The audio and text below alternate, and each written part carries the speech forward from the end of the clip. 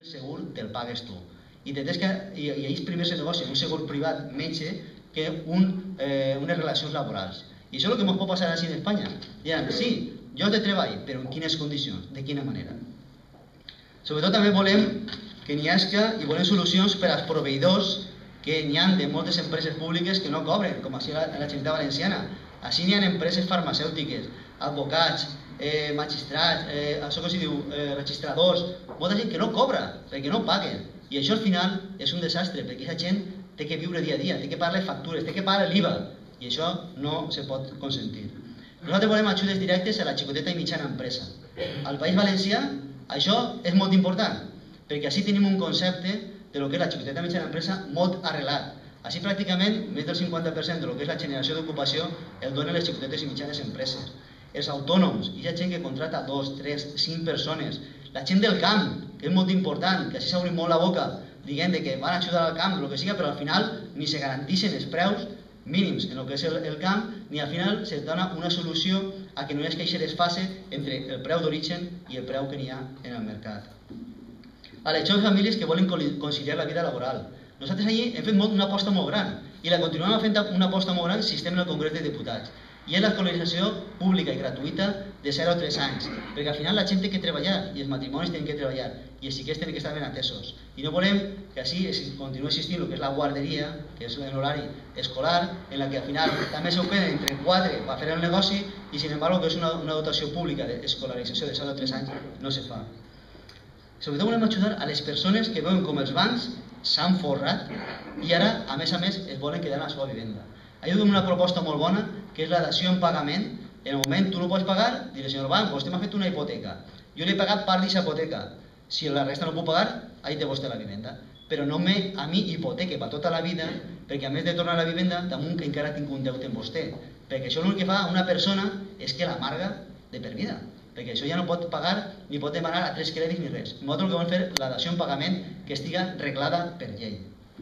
I sobretot els propietaris immersos en processos urbanitzadors, perquè el PP, el que he dit abans, va tornar a la bombolla immobiliària. Va intentar altra volta a urbanitzar tot el que no està urbanitzable. I hi ha que dir-los, senyores, paren vostès, no veuen com estan les famílies? Vostès pensen que ara és el moment de començar a urbanitzar, demanar quotes d'urbanització i més coses a la gent, quan això és una de les coses que ara no podem fer front?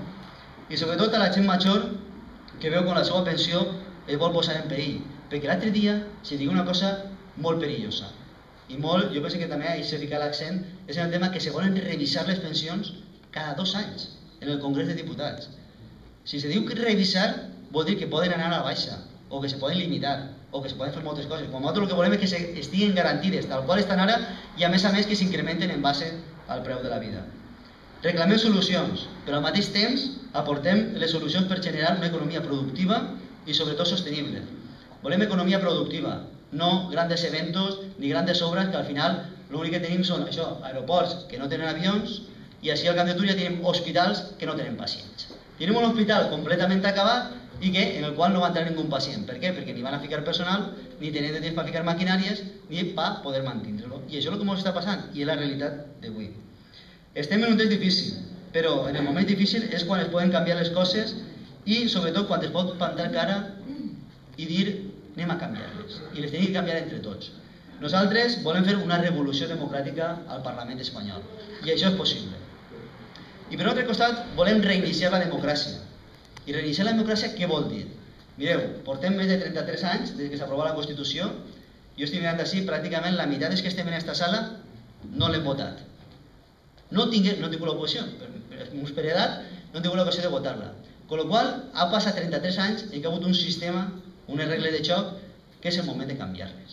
I és el moment d'alçar la veu i dir, ja està bé, hem tingut 33 anys en què se feu una Constitució en un moment determinat, d'una manera determinada, i que ara hi ha que canviar les regles, perquè el sistema que estem tenint i que hem dut endavant no ens ha dut a cap lloc. I en aquest sistema se veu que no prosperem. Volem el valor de lo públic, perquè pensem que el valor de lo públic és essencial, i a més és el que pot mantenir un poc la garantia de que això pugui tirar endavant i que no vagi al traste al 100%. Volem una proporcionalitat a l'hora de quan tinguem que elegir els nostres representants. Per això presentarem el referèndum Baldoví, que tots heu vist en YouTube i en els vídeos, en el que és el més proporcional, no com ara, que s'ho reparteixen entre uns quants, inclús províncies que tenen més representació que nosaltres. volem dret a parlar. A nosaltres no ens valen lo dels 11 segons que ens donen en Canal 9. Els 11 segons, si jo tingués que dir alguna cosa, diria on se ficarien els 11 segons. I això que ho tinc claríssim. Que els 11 segons està bé, si fos una altra cosa d'un moderador molt ràpid, però anem a veure, en un debat, què se poden dir en 11 segons? Jo penso que el que és la ridiculez de la proporcionalitat a nivell del que són les eleccions aplega hasta l'extrem de tindre aquest tipus de situacions. I sobretot, també intentar que aquesta democràcia i aquesta llibertat d'expressió se pugui dur a tots els termes.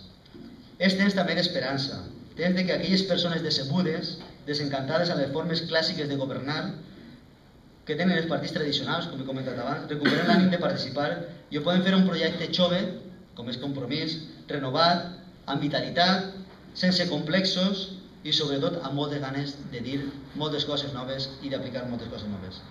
Volem anar al Congrés de Diputats i obrir la porta, aquesta porta grandota que té de Gions, i que entre un vent o una bocanada d'aire fresc nou. I s'ha cadut el que és el vendaval de Compromís a les Corts Valencianes. I aquest vendaval volem que entre i que un poc regenere tot l'ambient que n'hi ha allà en el Congrés de Diputats. Volem un Congrés de Diputats on es porte més corbata i etiqueta i que se fiquen més el mono de treballar i estiguin al costat de la gent. Això fa falta en el Congrés de Diputats. Compromís Equo farà això i més, ja que la gent que conforma la seva candidatura està centrada en els problemes dels pobles i ciutats i parlarà dels assumptes quotidians que afecten la gran majoria de ciutadans i de ciutadanes.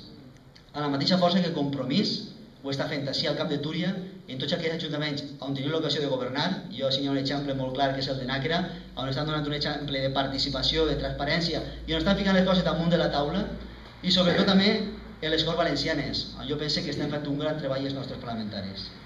Sabeu que no comptem amb grans recursos com els partits grans i els partits tradicionals, però jo sé que comptem allò que és més valuós i que per a nosaltres és molt valuós. És la vostra participació, la vostra ajuda i sobretot el vostre suport.